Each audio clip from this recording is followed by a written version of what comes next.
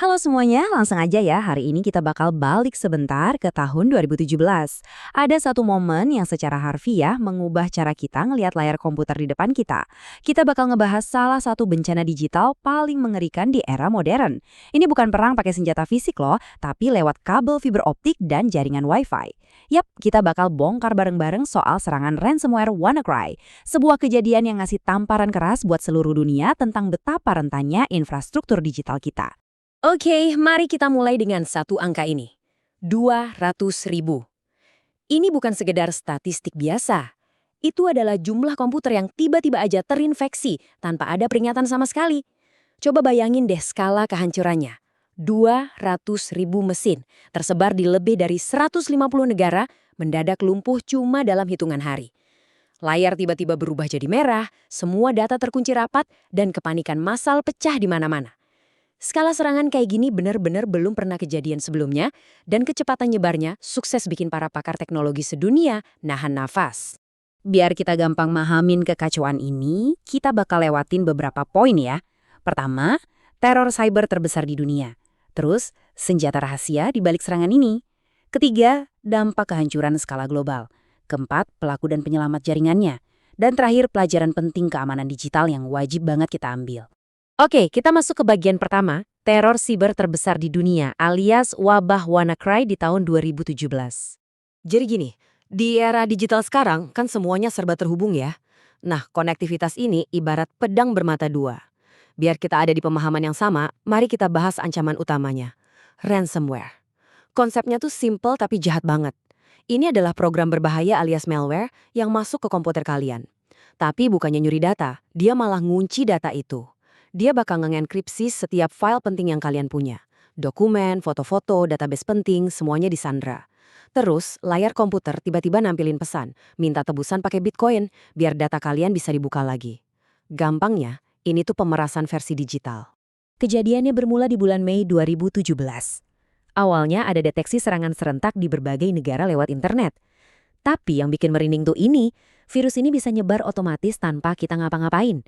Biasanya kan virus butuh kita buat ngeklik link palsu atau download file aneh ya. Nah, WannaCry ini nggak butuh itu semua. Begitu dia berhasil masuk ke satu jaringan, dia bisa langsung lompat dari satu komputer ke komputer lain dengan sendirinya. Makanya, cuma dalam beberapa hari aja, infeksinya meledak jadi wabah massal di lebih dari 150 negara. Gila banget kan? Lanjut ke bagian kedua. Senjata rahasia. Kita bakal lihat celah keamanan yang ibaratnya ngobarin api di insiden ini. Pertanyaannya, gimana malware ini bisa nyebar secepat kilat kayak api di rumput kering? Poin krusialnya ada di sini, gak ada trik sulap mistis sama sekali. Serangan ini ngincer satu kelemahan spesifik, yaitu sistem operasi Windows yang belum diupdate.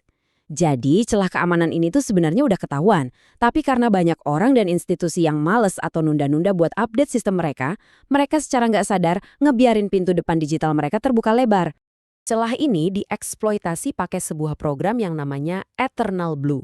Sejarah dibaliknya nih cukup ironis loh. Berdasarkan info yang ada, exploit ini awalnya dikembangin sama Badan Intelijen Amerika Serikat alias NSA. Tapi entah gimana, alat siber tingkat tinggi ini malah bocor ke publik. Para pembuat WannaCry terus ngambil alat ini, dipasangi ransomware, dan dilepas gitu aja ke internet. Ini contoh klasik banget gimana sebuah senjata pertahanan siber bisa jadi bencana global kalau sampai jatuh ke tangan yang salah. Sekarang kita masuk ke bagian ketiga, dampak kehancuran skala global. Mari kita lihat sektor-sektor yang sampai lumpuh seketika gara-gara ini. Kalau kita geser pandangan dari ruang server ke kenyataan di lapangan, kerusakannya benar-benar merata. Nggak ada sektor besar yang aman. Mulai dari rumah sakit yang ngurusin nyawa orang, perusahaan multinasional raksasa, sampai instansi pemerintahan. Virus ini nggak peduli siapa kalian. Selama kalian terhubung ke jaringan dan sistemnya rentan, ya kalian jadi target. Mari kita bedah satu-satu sektor ini biar kerasa seberapa parah kekacauannya. Di sektor kesehatan, dampaknya bikin kita ngelus dada. Layanan Kesehatan Nasional di Inggris atau NHS itu kena imbas yang parah banget. Coba bayangin deh kalian jadi dokter atau perawat di UGD. Lagi situasi darurat, tapi tiba-tiba nggak bisa ngecek rekam medis, golongan darah, atau riwayat alergi pasien gara-gara layarnya kelok pesen tebusan warna merah. Banyak operasi terpaksa dibatalin, ambulans harus dialihin ke tempat lain. Serangan digital ini sukses bikin kekacauan yang sangat nyata di dunia medis. Geser ke dunia korporat, raksasa internasional juga ikut tumbang. Perusahaan logistik sebesar FedEx dan raksasa telekomunikasi Spanyol, Telefonica, kena pukulan operasional yang sangat telak. Jaringan pengiriman barang mandek, komunikasi terputus total. Ketika mesin-mesin pencetak uang dari ekonomi global ini mendadak dipaksa offline, kerugian finansial langsung numpuk dengan kecepatan yang gak masuk akal dari menit ke menit. Dan asal kalian tahu, bahkan institusi yang kita pikir punya pertahanan berlapis pun nggak luput loh. Banyak instansi pemerintah di berbagai negara yang sistemnya berhasil dijebol. Akses ke layanan publik dan data penting negara mendadak lumpuh.